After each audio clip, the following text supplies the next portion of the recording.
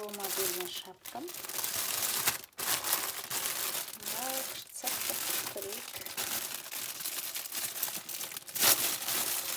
Қыздар, сізді осылай үйде отырып, өте арзан бағада осындай шапкалар бере аласыздар. Вау, күшті. Качествосы жұмсақ, созылады екен. Күшті ұнады. Тамаша. Күшті құлақтары. Қыздар, келесі осындай распаковка күтетін болсақ, каналға тіркеліп, лайк басып қойыңыздар.